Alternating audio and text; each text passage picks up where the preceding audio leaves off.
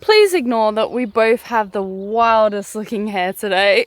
I was going to cut it yesterday, but like Lydia you've been was electrocuted. Lydia was like, "What? You're gonna cut it today?" And I went, "Yeah." And she went, "Oh." So I weighed out the options of having too short of a hair or having too long of a hair. So you got too long of a hair. The last time you guys saw us, we were in the city. We've since left the city. We drove to the Yorke Peninsula. And we pretty much just stayed in one spot, avoiding bad weather because there were thunderstorms and rain. It's been really bad weather. But today it shouldn't rain, so we're going to explore the Yorke Peninsula. We've actually rocked up to our first spot, which you may be able to see behind me. We were trying to guess how to pronounce it. It's spelled Geitz, so we're saying Geitz Lake. Yeah, I'd say it's Geitz. But it's a big pink lake right behind us, and we haven't had much luck with pink lakes in South Australia, but this one or in actually WA. looks pink. Oh yeah, or in WA, because we've only been to the Esperance one, but this one actually looks pink. So at the moment I'm currently pretty impressed. I was kind of like a little confused when we were pulling up, because I always read online that the fuller the lakes are, the more colorful they are, but it's actually the dry bits that are pink right. in this lake, and a couple ones we saw driving in. So it's very confusing, but it's such a cool pink color. Is it a new option for the van, maybe? No. You want a pink van? I don't know if it'll suit you. Why? Oh, it looks so pretty behind you. It's actually so pretty. I'm very impressed. We can blast aqua while driving. Barbie girl? Yeah. Oh dear.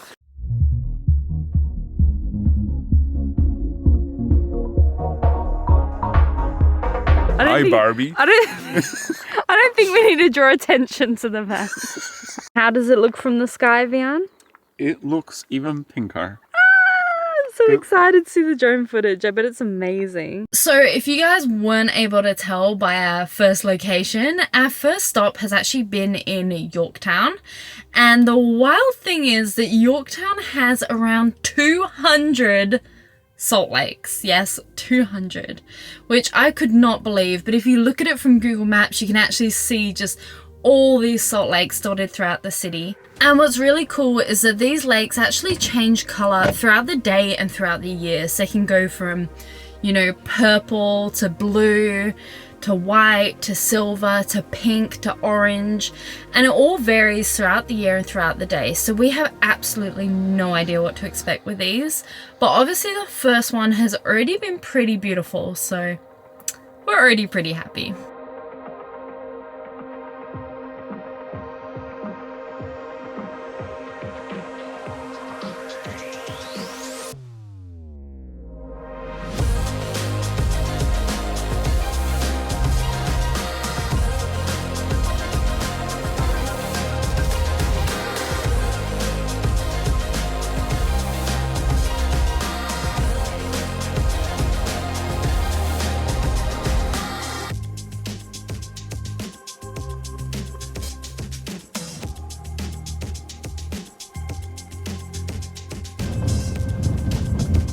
What did you notice, Wehan? Look at those pink signs. They have coloured signs. They're pink, purple and orange. So cute. So we've just rocked up to our next lake, and this one is actually called Pink Lake. So you'd expect it to be the pinkest. Yeah, it does look pretty equal. But it's got like a bigger viewing area with like a full platform and everything. We're both wearing grey today with white font. Lydia, it's because we have to kind of match with the pink. Like, imagine if I wore blue or like something that clashes with the pink. We have to blend. We have to blend. Okay. We could have picked harmonious or complementary colours, but we did it on purpose, guys, right? Yeah. There's also a sign here. Now, I did see this sign online when I was researching, so I know what it says. But there's one thing that really stood out to me is it says that if a lake is very pink in the morning, beware of bad weather ahead. But if it is very pink in the evening, the weather coming up should be fine. Tomorrow is like thunderstorm and rain again. Yeah. So technically it should be really pink this morning. I'm very impressed already. Now I would love to come back in another time of year, another season, because some of them get really orange, or they can look purple, or they can be totally different colors. So yeah, I'd love to see it in another season, and also when all the surrounding like land isn't green. brown and it's green. I think that would look so cool. Yeah. But even though we came like, what season are we in? Well, autumn? end of summer We're in or autumn. mid-autumn, about to be winter. Yeah, so even though we're like here in autumn, I think these colors are really cool and I'm already like pretty impressed.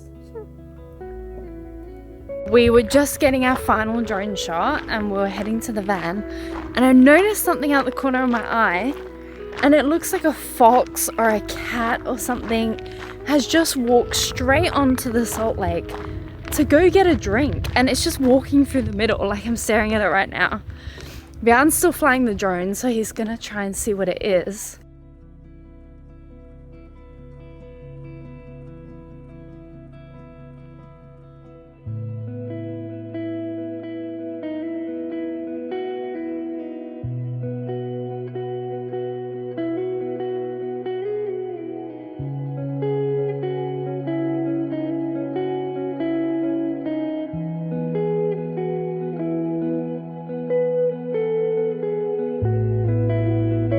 Alright, we have just rocked up to our third salt lake, and this one is called Lake Fowler. Now this one is the biggest, but probably the least impressive, and I think that might be because this one was the main one that was mined. There was actually the Lake Fowler Salt Works company building thing somewhere around here, and this one was mined a lot. Back in the early 1900s, I believe. I've even just rocked up to a sign and it talks about the harvesting of the salt. You can see here the workers.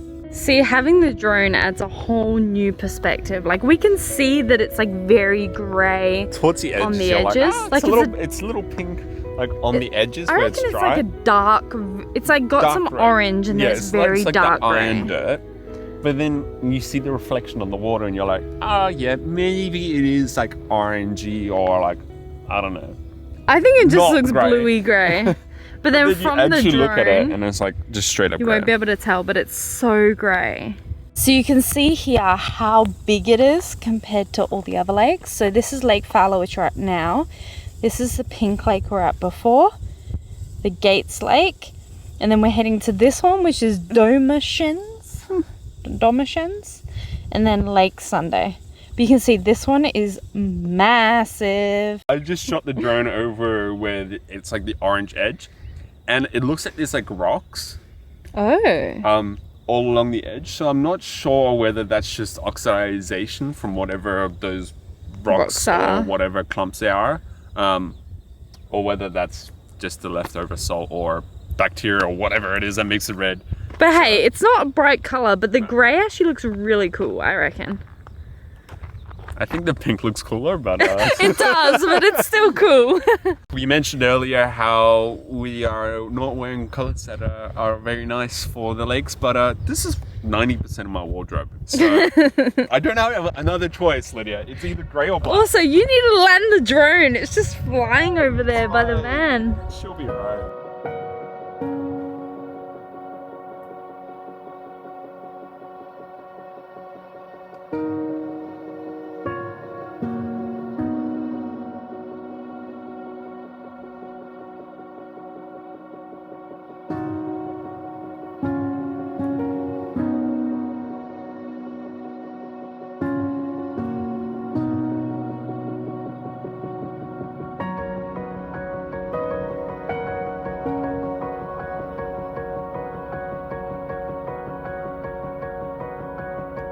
Just heading to our next lake and we're driving past the mural. Look at it.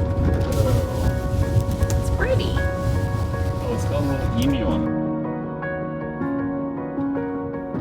Alright, this is lake number 4 and they don't really have a proper viewing area for this one. So we've kind of just pulled up here. And hopefully... Looks like it's open, so... Yeah. There's no fence in this bit, so it's kind of open. So this one's a little...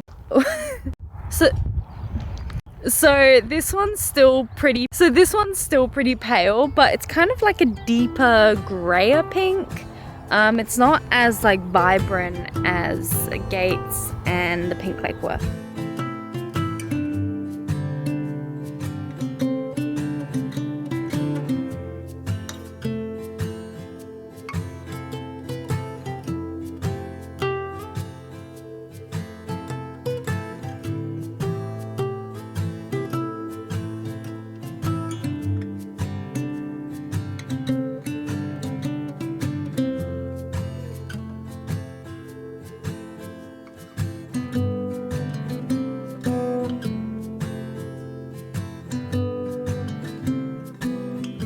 I completely forgot to say, while I was flying the drone over at the previous lake, I noticed off in the distance, it was like 3 spots off in the distance. So I flew the drone over to it, and it looked like 2 of the 3 things were like old axles and wheels of like a horse trailer. Oh. So that was pretty cool. But in the lake? Yeah. Oh, but I couldn't, and then like you could see that like it's all calcified and whatever, because it's like white all around it and then whatever. But I couldn't really see much because it's on my phone screen. So we're just driving past Lake Sunday now. It doesn't look like there's a proper spot to pull over. You just drive past it. But it's very white. The water kind of looks grey purple. Bit of a weird colour. Oh. Jan started shutting the window and I was like, what is he doing? He's just spotted this. Landed on a dash. Oh dear. That was a good call, man.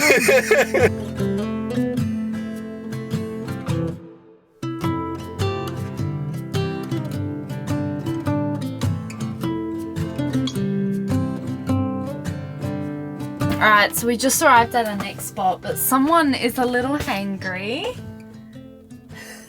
So I'm gonna sort out some food. So we have eaten, we are dressed, and we are ready to enjoy our next spot, which is, I'm gonna pronounce this wrong, Flaherty Beach. The way I had to say it to Google was Flaherty Beach. Flaherty. No, it's Flaherty. And it looks beautiful online, so we're super excited.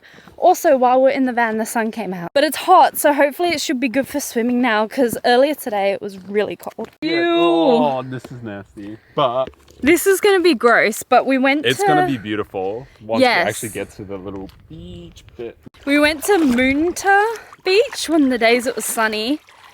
When we first arrived in the Yorke Peninsula, and it was the same vibe. Like, it was kind of gross looking from further back, because it's these like sandbanks and almost like giant puddles where there's water built up. Yeah. And then when you actually get to the water, it is flat and clear and beautiful. So, I mean, it looks similar from here. Yeah. Guess we'll see when we're up to it. Can someone please tell me what that is? I've seen like 5 of them already. It looks like a little clear, transparent being. Still working at the Krusty Krabs. Squiddy. Water's not that cold. Oh, Isn't it? I take that back. No, it is. What are you on about? It was really warm in the one spot I was. It's so cold. It's a little bit seaweedy here, but look how calm the water is. Yeah, if you were more tolerant to colder waters and like very calm water, this would be the place The to go. cold's not too bad, actually. It's worn on me.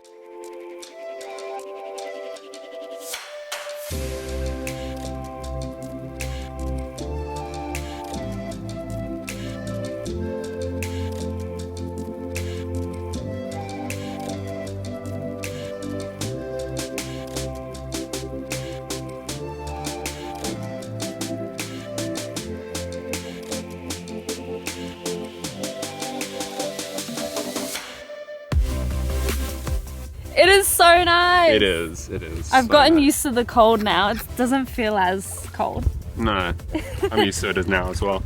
We had a close call with our flip-flops. Yeah, our flip-flops. Like the tide really changes a lot on these types of beaches. And while we were taking a thumbnail, like I looked over there and I saw something black floating around. That's probably 40, 50 meters away, like deep end. And I'm like, is that our flip-flops? And I look over it and they're not on the beach anymore. I was like, oh crap. So I just quickly had to rescue. But you'd have to walk really far out to get like, sorry, anyway. I'm switching hands, to get any kind of depth. But you'll probably like, see that in the drone footage and anyway. Yeah, we're not even like up to our knees here, and we've walked like pretty far out. Yeah. So, but it's really nice. So like I just stepped, and obviously when you step, like it goes deeper and like water fills in the spot. But look, like, so normal sand, wait. Normal sand, pretty hard, right? Yeah. But look, as soon as you start playing with it, it's like, oh. Ew, it's like jelly. You know those, like, when you have those lawns that have like water bubbles in them? That's what it looks like. All right, we're on the road again and heading to our next spot.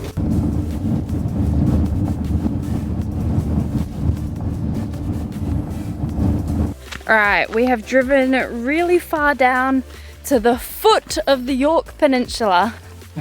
Boun's giving me a funny look when I said foot. Didn't you hear that as a kid with Italy? The big boot of Italy kicks little Sicily into the middle of the Mediterranean Sea. Well, wait, it's not this way. This way. Well, when I was in primary school, when you would hear about all that stuff, I lived in Africa, and I don't feel like we didn't learn it. We didn't really learn about international. And then when I moved to Australia, it was past that point, so I didn't really learn more about geography. So Vian knows nothing. I skipped it all. Well, the big boot of Italy kicks little Sicily into the middle of the Mediterranean Sea, Vian. And I think the Yorke Peninsula kind of looks like that. It does. Where are we, Vian? So the whole reason why we drove an hour one way was because there's a cool blue lake, which is the lake behind us. Inneston Lake. If you can see that line there, you're meant to be able to walk in between the two lakes. And I do have to say, the lakes kind of do look a little bit blue.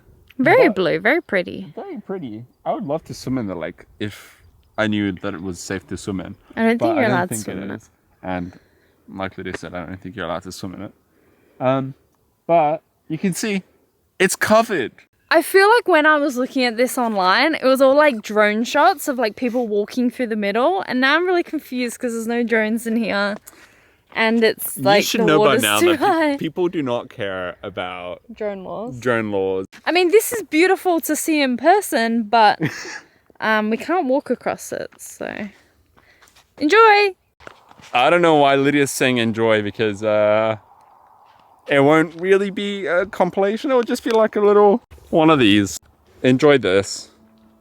That's all. Toodaloo. Here you go. You can walk across this. If it wasn't raining. So we are now walking through Inneston, and Inneston was a thriving mining town in the early 1900s, but it is now an abandoned town. Yeah, and they used to mine gypsum, however you pronounce it. That literally they mine everywhere here in South Australia. That's what they used to mine. Now we get to check out all of the abandoned buildings. I think this might have been an old ute. Of course you're checking out the car. An old ute. Yeah. It's either a Chevy or a Holden. Yeah, it looks like a Chevy looking at this, but...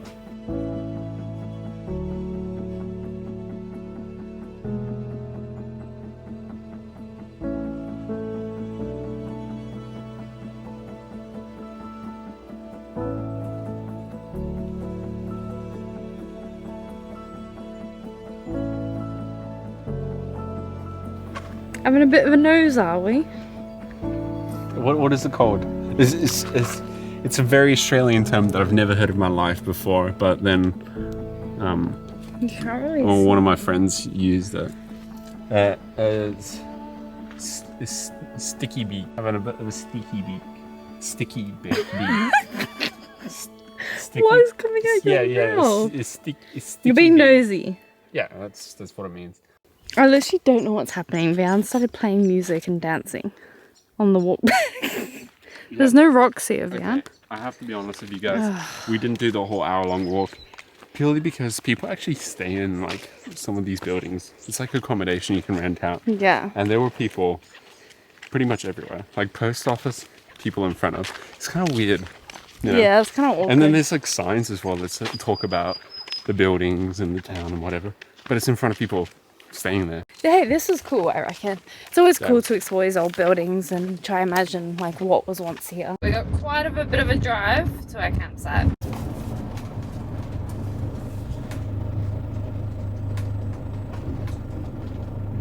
We are so confused right now. We've been driving, what, an hour and a half? Yeah. We're knackered, we're ready to eat. We pull up to the spot we're going to stay the night. And we've come into this town, we pull in, and there's like loads of smoke and it stinks. And we're like, what is going on?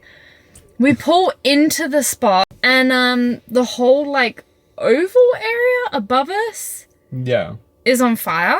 And it's just like... But there's people there, like there's cars there. There's like, there's people pretty expensive cars right next to it. Shoveling onto it. Doesn't appear that they're scared or anything. It seems very intentional. And there's like people on high vis and then kids shoveling like literally like flames, like piles of flames. Like, I don't know maybe they're practicing.